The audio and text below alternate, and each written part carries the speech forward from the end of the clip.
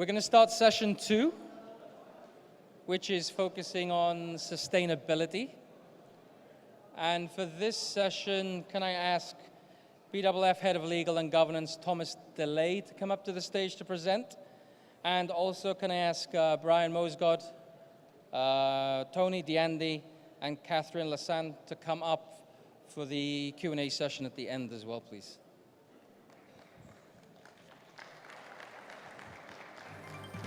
Thank you.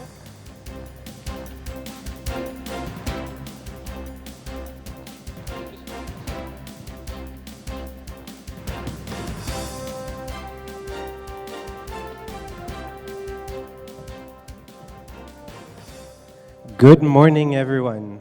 I'm very happy to be right after the break. Presumably you drank your coffee and you're ready to speak about and to hear about sustainability, a theme that's very important to us at the BWF. Now, for this part of the presentation, we had a poll originally. We wanted to ask you what sustainability means to you. Unfortunately, it doesn't work, so I went around this morning bothering people while they were having their coffee and asking them, well, what's sustainability for you? I heard words, it's about being green, it's about recycling, it's about saving the planet. Some people weren't sure between sustainability and safeguarding, but that gives me material to talk about today.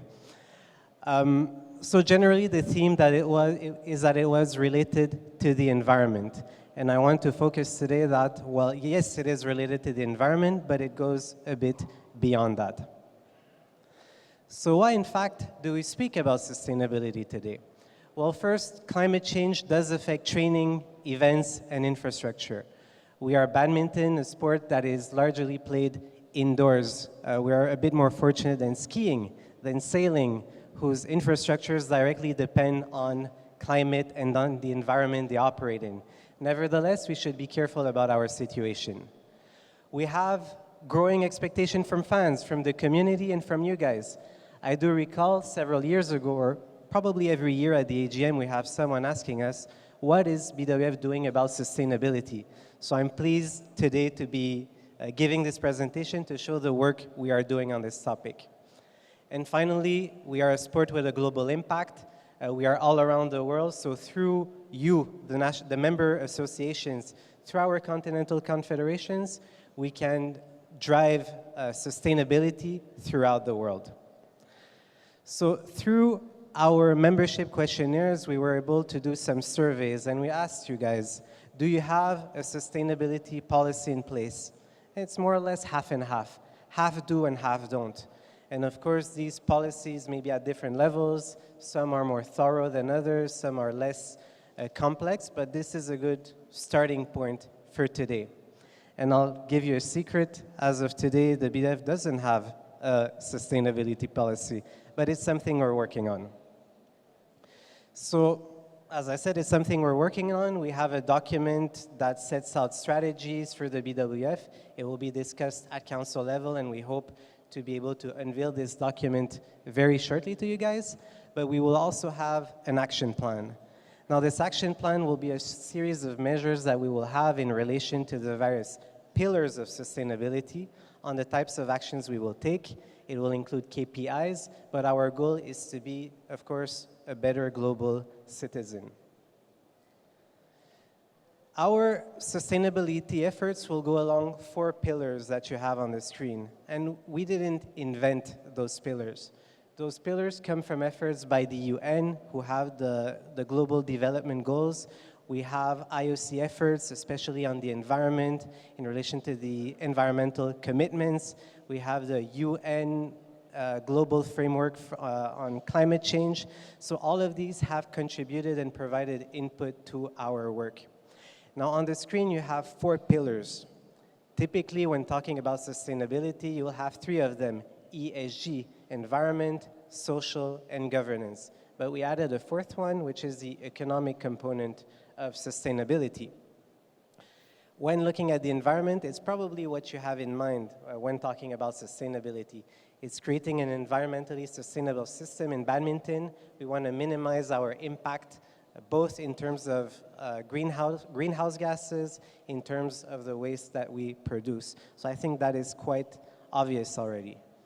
For the social dimension, we want to create a socially sustainable system in badminton through inclusivity and diversity. We have our para-badminton programs. I believe we have people from Special Olympics in the room that are a big part of the work that we do to make sure that people in all types of situations can grab a racket and play badminton for life. We have the governance aspect, which is about making it better decision-making processes, reporting, and ethical behavior in badminton. Tomorrow we will have the AGM and you'll be asked to vote on your council members for the coming term. You'll be able to vote on various proposals in relation to the Constitution. So this is a component of sustainability that we feel we are stronger at because we have already strong governance processes in place. And finally, we have the economic dimension. It's about creating an economic sustainable system through reinvestment. And that is actually the purpose of the BWF. We are a non-profit organization that seeks to maximize its revenue. Why? Because we take that money and we redistribute it to badminton, to continental confederations, to member associations in order to help them develop badminton in each of their countries. So all of these aspects play an important role in badminton, and naturally we're stronger in certain aspects than we are at others. We believe that we have a bit more to work on in the direction of the environment, but we are looking at everything to make sure that we have no blind spots. Now, these sustainability pillars are reflected in other areas of our work.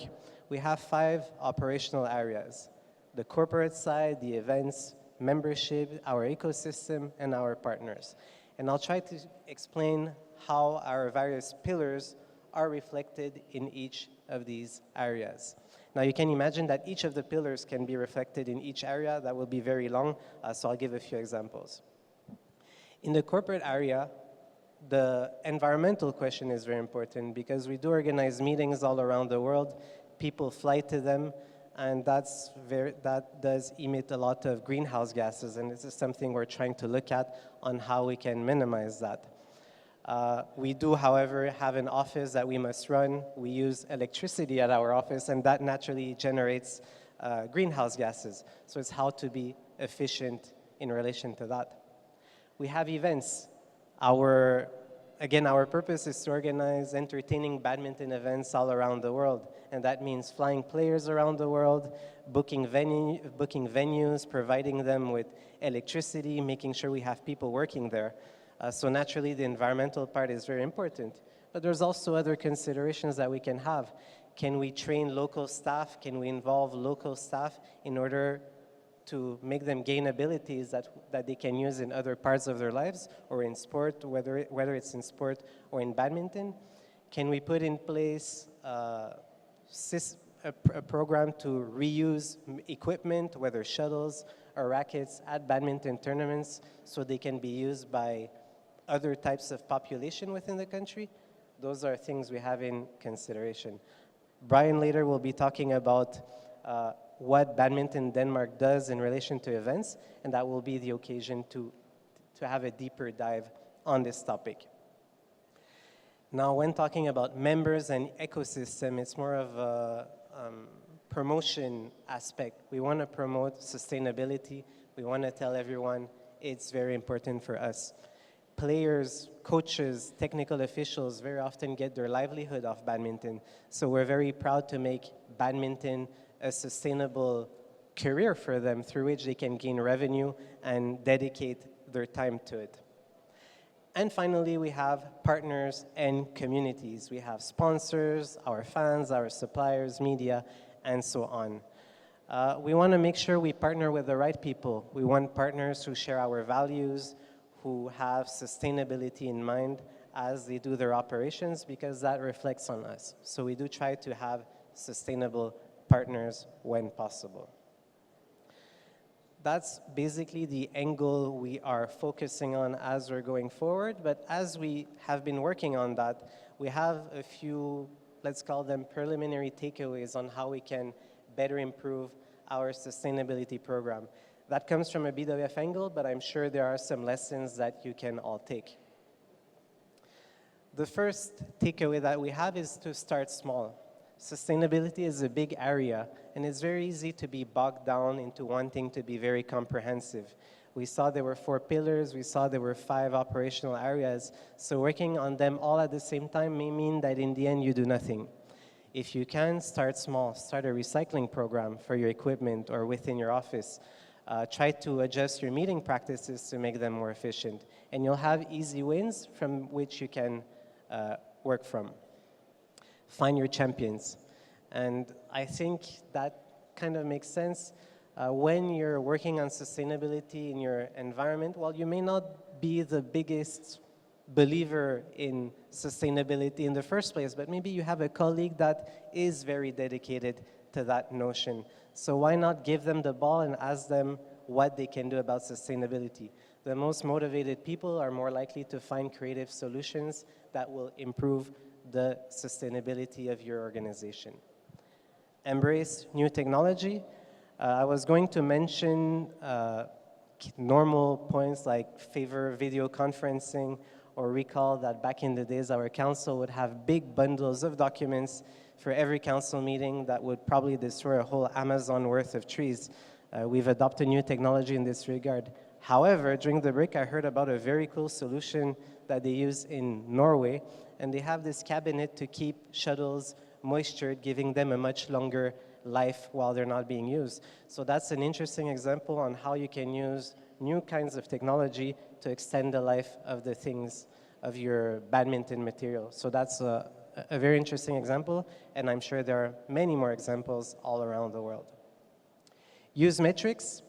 As you develop your action plan, you can measure what you do through objectives that would be realistic, but also ambitious.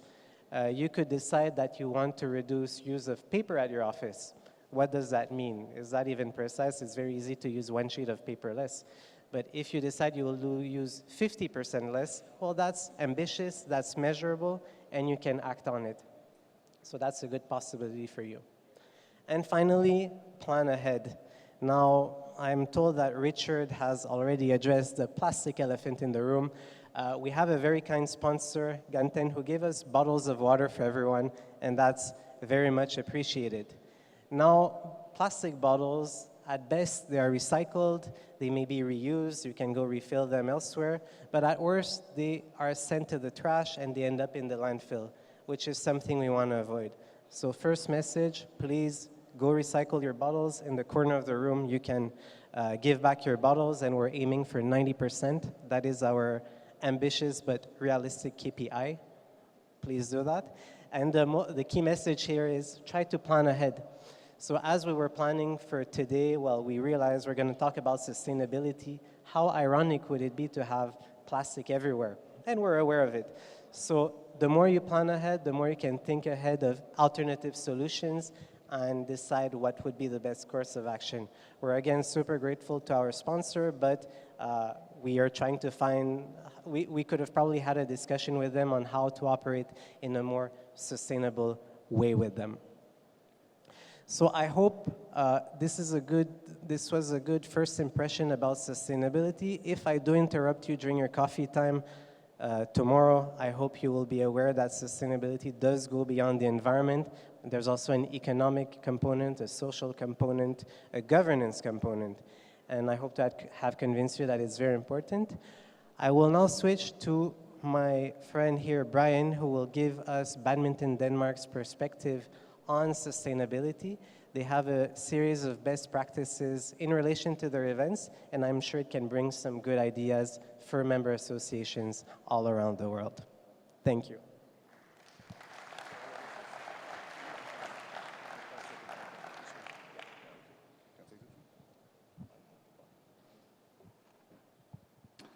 Hello, I'm Brian from Badminton Denmark, and I'm only going to show you what we do at events in Denmark, especially at the Denmark Open.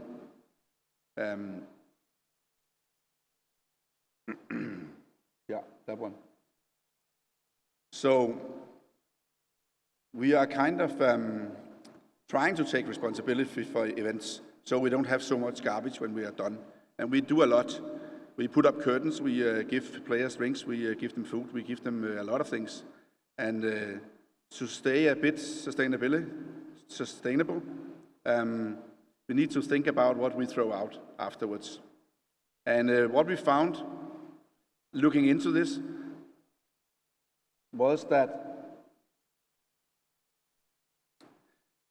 we can't do it alone. We have to have partners. So everybody involved in the Denmark Open needs to support us. So organizers as us, the city, the venue, the hotel, everybody needs to come together to try and fix what we used to throw out. So looking at this, we put up some criteria. So we have 18 points that we go through every year. So then we decide how can we put KPIs on all of them from the past 3 years to now. And then we do a lot of measurements. So I would say that now I know how much players eat. I know how much they drink. So I also know how much waste they have. So, and we have a lot of spectators who do the same. So I'm not going to read all the points on the PowerPoints. You can read them yourself. But I'm going to give you some highlights going through this. So waste, we actually divide waste into 8 categories. So every time we throw something out, then we divide it. And before, we did the same actually, and then it was ending up in a big container in the back. So it didn't really matter if we divided it if the venue and the hotel doesn't do the same. And this has become easier over the years because at the moment every household in Denmark has to divide it in 6 of these categories. So we only have 2 that we do more than every household in Denmark. So that way this is kind of easy. Food and beverage, we try to do locally grown and organic food. We need choices, so we try to limit beef as hamburgers and stuff like that, but we still have what we call a stadium platter. That's 2 hot dogs and a beer. But you can also have a choice for something else. You can actually choose organic food, or you can choose something without meat. We do the same for players and officials. So everybody is part of it. And until now, nobody has actually complained. So for players, we do 12 different kind of food. We have done this for quite a few years, but now we do it in a box. So we do a China box or a Thai box, and then you heat it up in a microwave, and then you serve it to players. That way we don't have any waste. So they actually eat 1,000 kilos of food while they're there for a week. And we have 31 kilos left that we let volunteers bring home. For accommodation, we try to make deals, not that we have that many hotels in Denmark, but we do try to make deals with Green Key hotels or Swan hotels, as it is called, because they do the same, and they collect the bottles that players bring to the hotel. And then we have dormitory options, because we have a kids tournament for 5,000 kids and parents at the same time as the Denmark Open. So we need them to stay somewhere, and the more people staying together, the better and the cheaper. Shuttles. Well, the shuttles, when they are done in Denmark, they don't have any feathers. Because first we give them to the clubs at a certain level, then they give them to the youth players, then they give them to the beginner players, and then there's not much left of a shuttle. So the around 2,000 shuttles that we spend at Denmark Open in total are used. Water is kind of a big issue because in Denmark, the water in the tap is actually better than the water in the bottle. So we try to convince players that they can drink from the tap, and that is not easy. We are trying our best. So we put up something called greener feathers to try and give players like a bottle if they want one. If they have a sponsor bottle themselves, they will use that one. And then try to get them to use tap water that is cold all the time, and it is much cleaner than the bottled waters. But still, we use 1,500 bottles of water that we have to recycle. So we are not quite there yet, but the best part of it is that it's only like 70% of them that we lose, or we are quite sure that they take them to the hotel. So the hotel will pick them up. Clothing. Well, we find out that all the clothing for volunteers and officials can be souvenirs. Victor just has to print their logo longer, or what do you call it, below the other ones, so we can have a name put in, and we have a printer for it. We can have Denmark if they want, if not a country, they can have that, and then Victor in the bottom. As you see in this tournament, if you put Victors too high on the shirts, can't print their name and their country, so they probably won't save it as a souvenir. And what we have left, we give to Red Cross or some other organization. For many years, we have kind of limited paper. So now we put everything on a QR code on the ID badge. So when you scan the code, you get the souvenir program, you get how's the transport moving, you get when is lunchtime for volunteers. So we don't have much paper. So even though it's still in the BWF manual that we have to put up boards, we don't anymore. We put it on the QR code. And funny thing, we were just at the Europeans, and the city that you are coming to next year actually gave us a good idea. Instead of like giving flowers or something else, they actually gave players a tree as a prize. So instead of, they get the award paper on the right, and then the city of Horsens plant a forest in the shape of a shuttle. And if players, they did actually at the Europeans bring it home. So I guess it was worth doing something else than a flower. What we have struggled with some years is decoration and marketing, because as we do here, we put a date, so it's you can throw it out afterwards. So we have like made a strategy that we don't put dates on stuff unless it's city decoration. If it's in the venue, they are in the venue. They probably know which date it is, so we don't have to put it on. So we have saved a lot doing that, because a world tour cycle is 4 years. So we can actually use the decoration for 4 years until Thomas will come up with another logo, and then we will change it. So I would say that maybe like 20% or something we need to throw out. The rest we can reuse. And it's the same with carpet. All the carpet around the courts, and you see on the blue one, we can use that for nationals and youth nationals, and so it has a life cycle of a year. So we just save it in containers, and then we put it out again.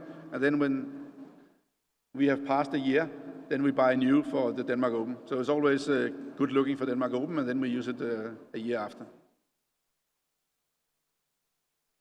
And we actually found someone who could make fitness equipment with water and resistance without any electricity. So we put that up in the players' lounge, and it worked fine. For main hall lighting and venue lighting, we try to go LED, and it's not that many years ago that we went with the ordinary light, but it uses a lot of power. So now we have LED lighting, and we pretty much get the electricity from windmills and solar systems.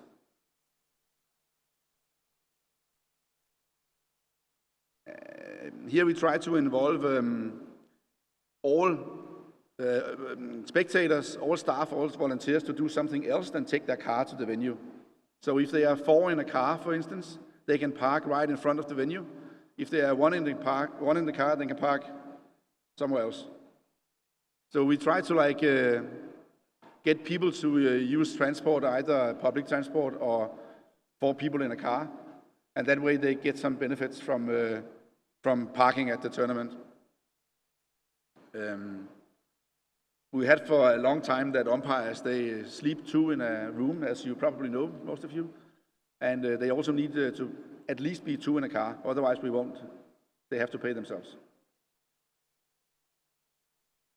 And then there's the big sinner. So It's pretty much standard that when we get funding from city and Sport Event Denmark and government in Denmark, we need to have 3 sustainability points in the report that we give them afterwards. And this one is also always accepted because we can't do anything about it. Players fly to Denmark and they take buses. So, and calculating our driving service, they do drive at least 30,000 kilometers for a week. So it is a lot. And then Odense Robotics is actually the main robotics city in the world, I'm told. So we did a cooperation with them because technology is definitely part of sustainability in the future. So we made a deal that we have like robots going in with the bags instead of players carrying it themselves. We have a robot arm giving players a shuttle, more or less to demonstrate that we would like to do something for Odense Robotics because Odense is the main city that we host the event.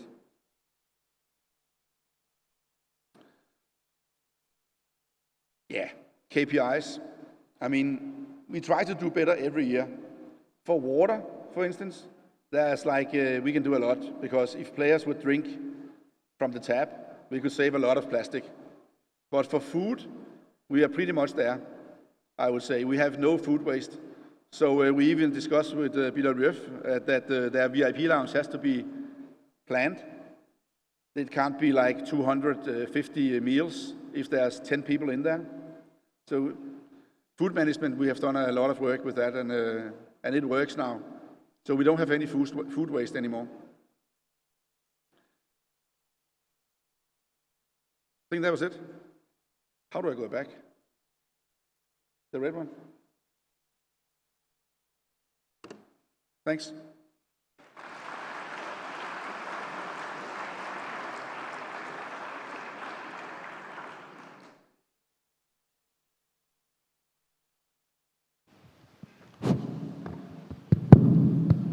Hello. It suddenly works. Thank you very much, Brian, for your presentation. It's very enlightening to see what is happening in Denmark. And we would like to ask you a few questions because as we saw, your program is very comprehensive. It goes from food, transportation, recycling, and so on. So what made you start with this program? Was there requirements coming from the government? Was it demands coming from your community in Denmark? How did that happen?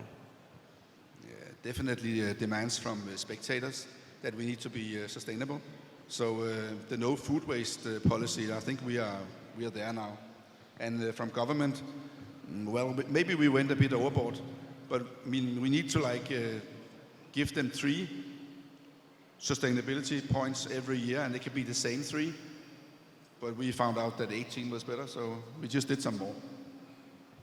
So it sounds like it was both an involvement from the government and from your community. And did you get support from your government as you went forward with setting in place your sustainability program? Well, I think the city at least uses it for marketing as well, that they have a green event. And that's good marketing in Denmark. So they use it for like when we go into a new cycle for the World Tour, we need more funding. So they use it for telling the voters that we have a green event. So please, can we be allowed to support it? Got it. And so you showed us a large number of measures that are happening in Denmark. Suppose you're one of the federations in the room. What were your easiest wins? What can people get inspiration from if they want to put in place if they want to have their first steps towards sustainability? I think we are pretty lucky in Denmark in a sustainability way because the waste containers are already there. So if you don't have them outside the venue, everything will go into one container anyway, and then it's kind of a waste, right? So I don't know if I have any good ideas, but the transport thing with the spectators, that has worked pretty good actually. More people are taking the train or the bus, and they can even get a drink instead of driving home. So I think that's maybe where everybody can do an effort, be more in a car. Great. And overall, what was the reaction of your community since you started your program? Yeah, I think maybe I presented it as the part of the host meeting last time as well. And maybe it's a bit much, 18 points. But looking at the marketing that we do together with the Denmark Open, we get so much praise for doing it. So why not? But it takes a long time to measure because you have to weigh everything. You have to weigh the curtains, you have to weigh the carpets. You have to find out what are you throwing out and what are you not throwing out. So it takes a long time to find out all the KPIs. Thank you very much. And I think that will settle it for our conversation with Brian. Please do stay here because maybe you'll get to give some parting words. But we're looking forward to look at your efforts in person next year as we visit Horsens. So thank you very much. Thanks.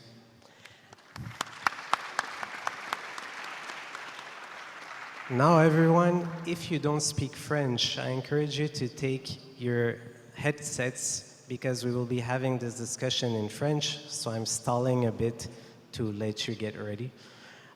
Next to me, I have Antoine Zambi, who's the president of the Senegal Badminton Federation, and over there we have Catherine Le Saint, who is vice president of the French Badminton Federation. To give a quick topo as you are getting your headsets ready, the Senegalese Badminton Federation has just launched its sustainability program, and it has been collaborating with the French Badminton Federation on developing it and putting it into place. So we'll be hearing from each of their perspectives. I hope you had plenty of time to get your headsets, so I will switch languages now. Alors, bonjour Antoine, content d'être ici avec toi. La Fédération sénégalaise a été très active pour mettre en place son programme de développement durable. Donc, est-ce que tu pourrais nous décrire ce que vous avez fait jusqu'à maintenant? Je commencerai par féliciter le Danemark qui a vraiment une belle solution de développement durable. Mais ce que je peux dire, le développement durable doit être et devrait être l'affaire de tous. Étant jeune fédération sénégalaise de badminton, nous avons quelques systèmes de management environnemental. Ça me vient d'une déformation professionnelle parce que je suis né dans une petite île, l'île de Gorée, qui est une île de 27 hectares, 300 mètres de large sur 900 mètres de long, avec un système de management environnemental. Alors on a voulu transposer cette bonne pratique au niveau de la fédération en termes de responsabilité sociétale des organisations et des fédérations. Et nous avons pu développer un système de recyclage des volants. Donc nous en reviendrons. Donc ça fait partie de nos innovations et surtout en matière d'inclusion. Nous avons commencé avec de la formation, une formation qu'on a faite avec la Confédération internationale des unions sportives francophones, avec des termes de référence dont le développement durable qui nous permet d'avoir les bonnes pratiques et de pouvoir les transposer auprès de nos cadres dans la fédération et par la suite auprès de nos athlètes.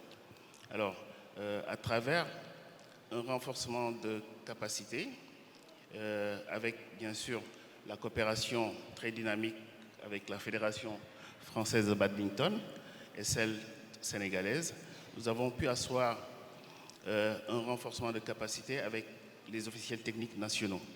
Et dans ce sens, nous avons formé 30 officiels techniques avec une grande dame qui est à mes côtés, Catherine, qui vous dira tout à l'heure ce qu'on a fait concrètement.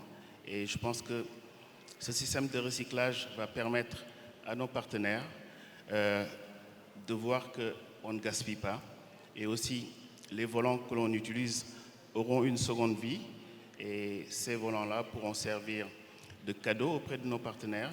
Et pourquoi pas un jour, en termes inclusifs, de prendre des enfants qui sont dans la rue ou bien qui sont en situation de handicap, qu'ils puissent développer, et ces œuvres-là pourront servir à être monnayées pour rentabiliser soit leurs conditions ou bien renforcer les capacités au niveau de la fédération. Et je laisserai la place à Catherine pour vous expliquer ce qu'on a fait de concret.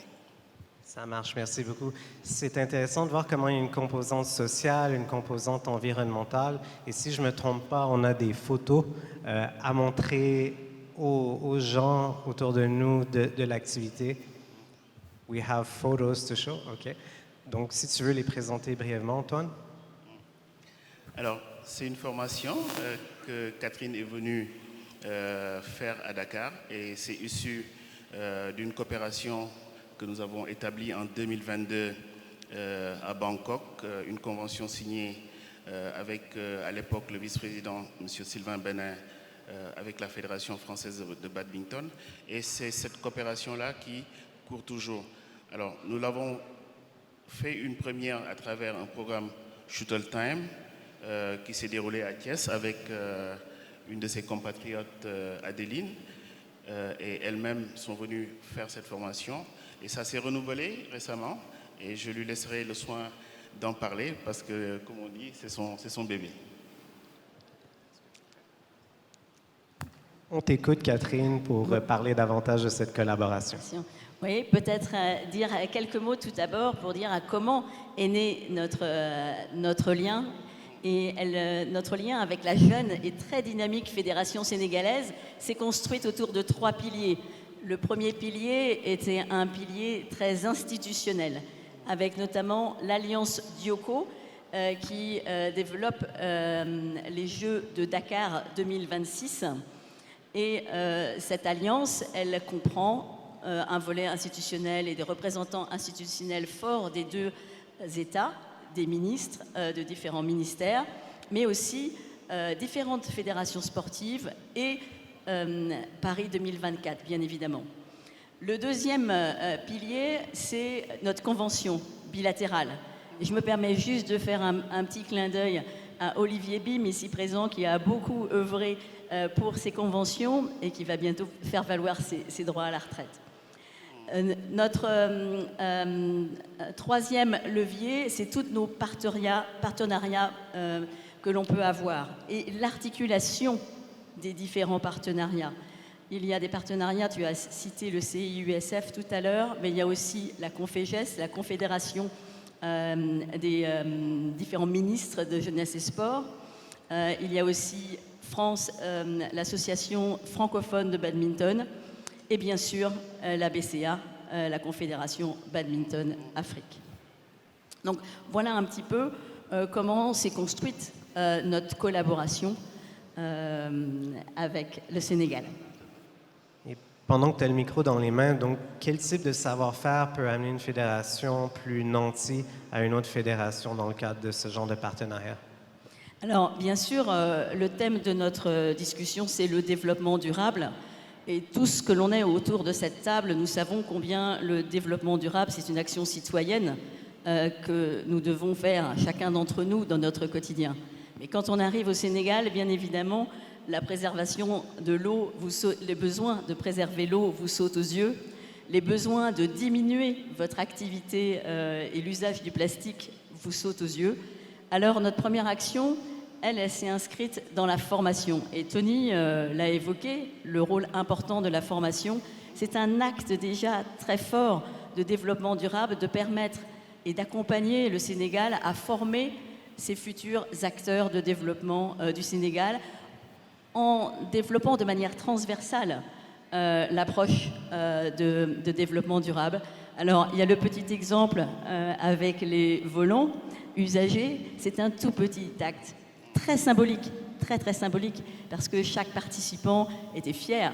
Vous avez pu remarquer, j'imagine, que les volants de badminton recyclés reprennent les couleurs du drapeau du Sénégal et ont développé la fierté. Aussi, à chaque fois que l'on arrive en formation, on apporte des dons de matériel, première main ou seconde main. Et je tiens à souligner le travail que fait Tony et son équipe pour faire en sorte que ces dons ne soient pas simplement des dons, mais ce soient des vrais leviers pour développer au bon endroit, au bon moment, auprès des bonnes personnes, des activités de badminton par rapport à ça.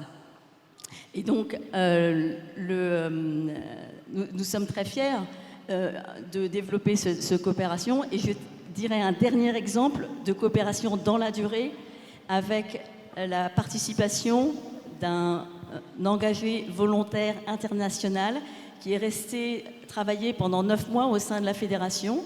Il a travaillé pour la fédération, mais il a aussi travaillé pour l'association francophone de badminton et pour Paris 2024.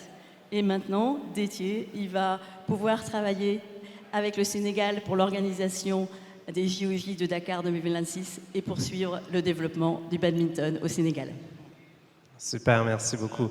Donc, Antoine, tu nous as parlé de ce que vous avez fait jusqu'à maintenant, mais quels sont vos prochains projets? Est-ce que vous préparez à avoir des robots comme au Danemark ou avez-vous d'autres idées en tête? Alors, le Sénégal prépare les Jeux olympiques de la jeunesse, Dakar 2026. Catherine a parlé de quelque chose de très important, ce sont les NTO, les officiels techniques nationaux. Aujourd'hui, la BWF, en relation avec le CIO pour les prochains Jeux, ont besoin de 40 juges de ligne. Alors, pour le moment, on en a formé 30 et c'est l'occasion de lancer une autre phase de formation et pour atteindre cet objectif de 40. Et la BWF n'aura pas à déplacer des juges de ligne de pays à pays. C'est de l'économie, c'est du développement durable parce que nous aurons des juges de ligne locaux qui vont d'abord être formés et aussi pouvoir représenter dignement le Sénégal dans cette joute sportive. Certes, c'est le Sénégal qui organise, mais c'est l'Afrique qui célèbre. Et c'est là où on peut inciter les autres fédérations africaines à se joindre à nous pour être parmi les 40 NTOs. C'est une forme de développement durable. Et elle a aussi parlé de ce stagiaire, Détier, pour faire une transition entre les JO de Paris et les JOJ 2026 en termes d'héritage.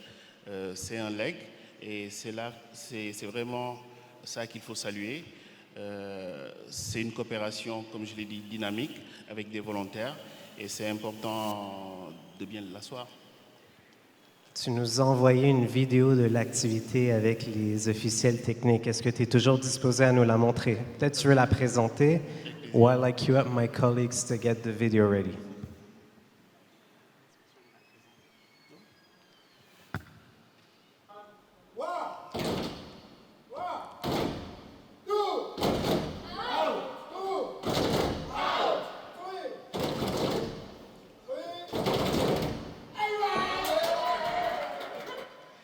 Alors, c'est une forme d'activation du savoir-faire avec des mots locaux et des pratiques locales. C'est ça qu'il faut en fait. C'est important et ça crée un dynamisme, ça crée de l'engouement et ça crée de la motivation. Super. Donc, vous adaptez vos pratiques de développement durable aux circonstances locales et je vois là un exemple intéressant pour les autres fédérations à suivre. Tout à fait. Alors, une dernière question parce que je vois que nos spectateurs ont faim. On a vu que 50% des fédérations membres de la BWF n'avaient pas de politique ou de programme de développement durable. Donc, pour toi, Antoine, qui vient de commencer, mais pour toi aussi, Catherine, qui a épaulé la Fédération sénégalaise à mettre en place son programme, par où commencer si on veut s'y lancer? Moi, j'ai envie de dire qu'il faudrait qu'on ait des compétitions propres, des jeux propres. Et je pense que le Sénégal est en train de travailler dessus. Et pourquoi pas demain arriver à une labellisation 14001 de nos compétitions c'est des choses qu'on peut faire. Et le développement durable ne sera effectif que si nous prenons confiance et nous faisons des choses pratiques et des choses simples pour la préservation de la couche d'ozone. Et c'est l'affaire de tous. En effet, c'est l'affaire de tous. Catherine?